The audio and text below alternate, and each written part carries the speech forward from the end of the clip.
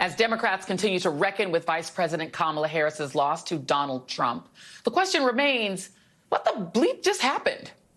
It is an important question and will be for decades to come, but it also opens the floodgates for finger-pointing and accusations based on nothing but vibes. There are also a lot of conspiracy theories out there, and not by the Republicans this time. What's actually productive is further examination of the results, starting with what were the reasons for what was a really narrow loss at the end of the day, but a loss nonetheless. Joining me now is Maria Teresa Kumar, President and CEO of Voto Latino, and Tom Bonier, political strategist and senior advisor for Target Smart. Thank you both for being here. Tom, I do want to start with you to just go through some of the basics on the numbers. Well, we still have our exit polls, but I don't know if you have data that you can throw on top of it. Let me just put up the big picture. Donald Trump won white voters overwhelmingly, 57-41. Black voters, nope, didn't move. Black men stayed exactly where they were before. Asian Americans still went majority Harris, 54-39. And people have been trying to say, oh, but the Native Americans went for Trump. Yeah, but they were like 1% of the electorate. It is white voters who really showed out for Donald Trump. And that, to me, is a story that is not being told in a fulsome enough way. They were 71% of the electorate, whereas they were 67% of the electorate when Donald Trump ran in 2020. Can you talk about sort of what happened, in your view, in terms of the numbers? Yeah, I'm happy to. And like you said, it's going to take time. We have to be patient to be able to understand the entire story of what happened. It takes a while to get all the vote history, to know who voted, and we'll be doing that work. But from the data we have and what you just shared, if we want to point the finger at any group or any sector of the electorate that would be most responsible, frankly, it's people who look like me. It's Gen X white men who were the strongest group for Donald Trump and have been consistently. And yes, you see small movement in the electorate from other groups. You mentioned Latino voters. Undoubtedly, Democrats need to invest more in communicating and reaching out to these voters.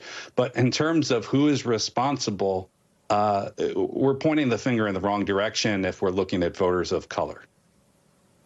And Maria, I wanted to have you on, Maria Teresa. We talked about this weekend. I mean, there has been a super focus on Latino men, and they did go, those who turned out did go majority Trump. But isn't the those who turned out part important? Because what we saw is that Trumpier people turned out in general. It was about 7% fewer Democrats turned out than turned out in 2020. Overall, it is just more Trumpy Latinos turned out, more Cuban Americans, more people who like Trump and listen to a lot of podcasts and right-wing radio. Yeah, I mean, I think when the dust settles, Joy, what we're going to see is that the Republicans did an effective job of turning out their base, including investing a lot in the Latino voter.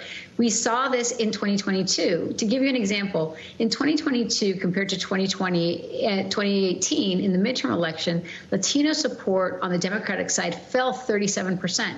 There wasn't a turnout game.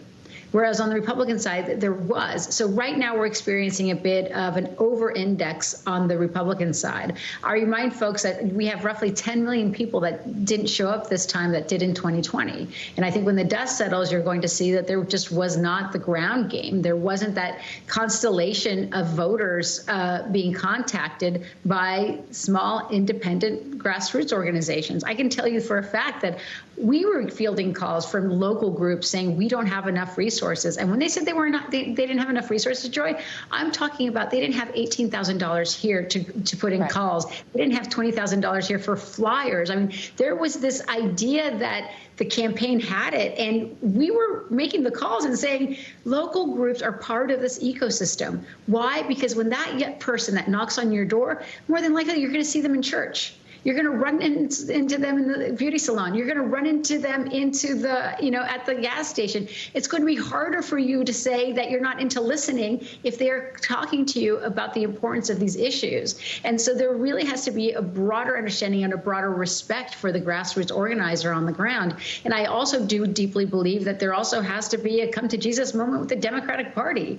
The concentration of decision making is not decentralized as it should be. If you want to take a message from the Republican Party, they decentralized their messages a lot. They decentralized it through podcasts you mentioned. They decentralized it through churches. They decentralized it everywhere to ensure that there was a constant ecosystem. And in this case, that wasn't what was happening. And I keep reminding folks, the people that brought the Democratic Party to the dance in 2018, in 2020, in 2022, the fact that they were grossly underfunded, that is an oversight, but it was also a gross miscalculation.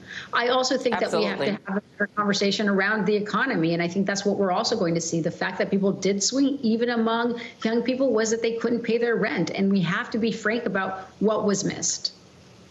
Right. I mean, a lot of misinformation and was believed by voters who were on lower propensity voters. But I want to come back to you, Tom, because there are a couple of myths that I feel like need to be dispensed. One of them is people are focused on the fact that in all of these swing states, in most of them, the down ballot Democrats did really well. In some cases won, but Kamala Harris lost. What was this undervote? Can you explain why there are places where it seems that people only voted the top of the ticket? Yeah, and I appreciate the opportunity to address this because this has seemed to be one of the most viral takeaways from this election. And it's incredibly important that we're clear-eyed about what actually happened. And I see no evidence of fraud in these results, to be clear. The swing was fairly universal across the country, less in the battlegrounds. But to your point about these undervotes, we did see fewer ballots cast in these competitive Senate races.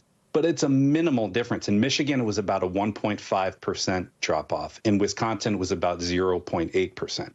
We know that Donald Trump has had this somewhat unique phenomenon where his votes aren't necessarily transferable to the Republican candidates down ballot who are trying their best to look and sound like him. We saw that in 2022. We saw that to some extent in these competitive Senate races. And then you saw Democratic Senate candidates, frankly, running very good campaigns. And there's a reflection of that where Democrats were able to succeed in these competitive battleground states. And so you're seeing, so to bottom line it, what was the total number of votes that would have swung this election back to Vice President Harris? Because it seems that it was, people think it's millions, but isn't it like 100,000, 120, 130,000? That's right. It's right about that neighborhood. And obviously, they're still counting votes, but it's a little bit over 100,000 votes across those close states. And when you look at the actual swing nationally, it sort of gives us a different picture of what happened. Seems that Democratic turnout was more depressed from a national perspective, where outside of the battleground, Vice President Harris, the margin dropped by almost 8 points relative to President Biden's margin. But within these battleground states, the difference was about 3.3 points, meaning it was substantially closer. And that's a margin. So we're talking about her running really about a 1.5 behind President Biden from 2020.